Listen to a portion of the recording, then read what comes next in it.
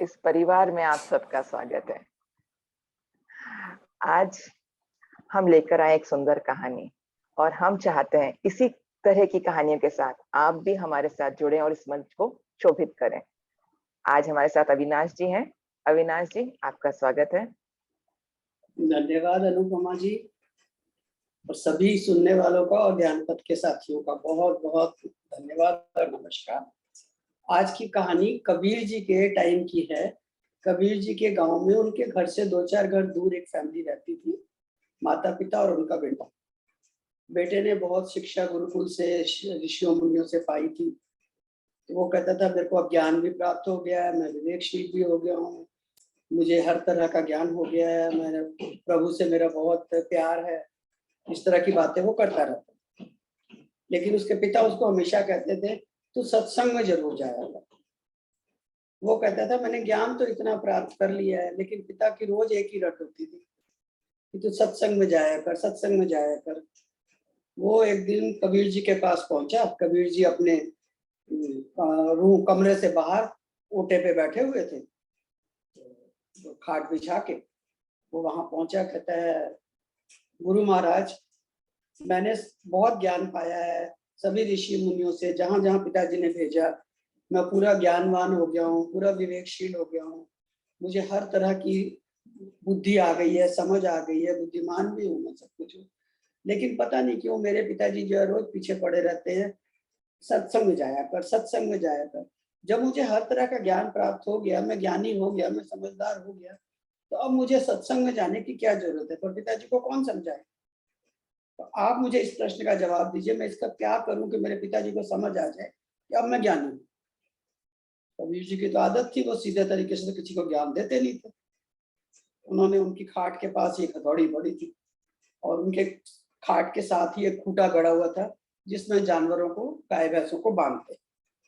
उन्होंने हथौड़ी उठाई और उस खूंटे पे जोर से दे मारी।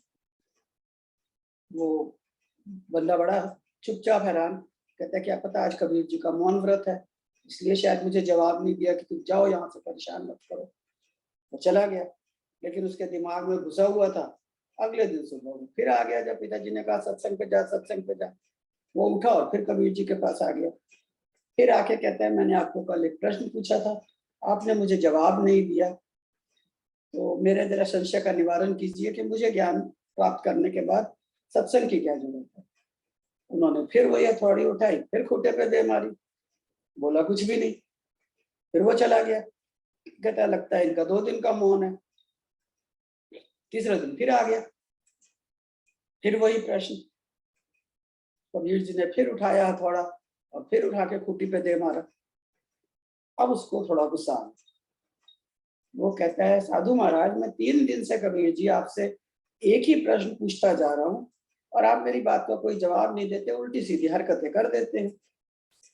आपको मेरे प्रश्न का जवाब नहीं देना है तो बता दीजिए, और देना है तो मुझे समझाइए, मेरा संशय निवारण कीजिए, ताकि मैं भी अपने पिताजी को जाके कह सकूं मैंने गुरु महाराज से बात कर ली और वो ये कह रहे हैं, तो मैं भी सुखी हो जाऊंगा, वो भी आराम से रहेंगे।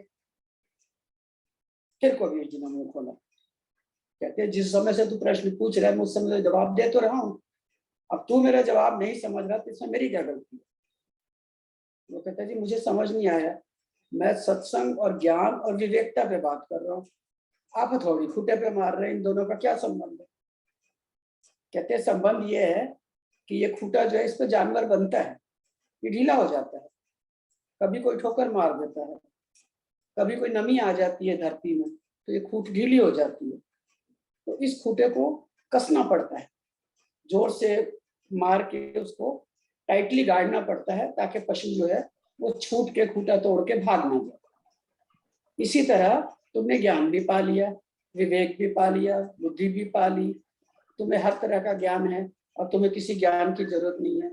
लेकिन उस ज्ञान को परिष्कृत करने के लिए, उस ज्ञान को बरकरार रखने के लिए, उस ज्ञान को अपने अंदर समोए रखने के लिए तुम्हें इस चीज की जरूरत है कि तुम सत्संग में बैठो।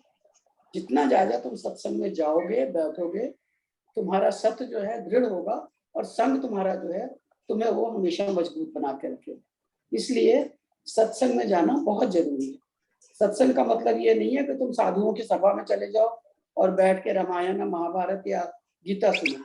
सत्संग का मतलब है अच्छे लोगों का सत्संग, जो तुम्हें किसी न किसी अच्छी तरह की बातों से परिचित करवाते हैं। तुम्हारे अंदर कोई भी विचार आते हैं तो उनको वो शांत कर देते हैं, समझा देते हैं, उसे सत्संग कहते हैं।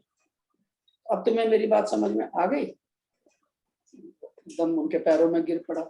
बिल्कुल सही जी, आपने ज्ञान तो दिया था, पर मैं खूटे हथौड़े का ज्ञान समझ नहीं पाया। मैं नॉर्मल मनुष्य हूँ, मुझे मनुष्यों की तरह बात करके ही, वार्तालाप से ही ज्ञान समझ में आया। अब मैं बिल्कुल मान गया, अब मैं पिताजी की बात को भी मानूंगा और अपने ज्ञान के खूटे को जो है कस के रखूंगा। तो साथियों, हमें भी यही इससे शिक्षा मिलती है कि हम भी एक बार किसी चीज को पढ़ने के बाद या समझने के बाद या किसी के साथ शिक्षा लेने के बाद ये ना सोचें कि हम आत्मज्ञानी आत्मध्यानी बहुत वो हो गए हैं, अब हमारे अंदर कोई दोष कोई कमी कोई आ ही नहीं सकती। आ सकती है, प्रैक्टिस करना जरूरी है। जब तक हम अभ्यास नहीं करते रहेंगे उस चीज का, वो चीज हमारे अंदर उतनी परिष्कृत नहीं होगी। इसलिए सत्संग का मतलब है सत से अपने आप को दृढ़ करते हुए अच्छी संगत के साथ मिलके अपने ज्ञान को बढ़ाते रहिए, मजबूत करते रहिए।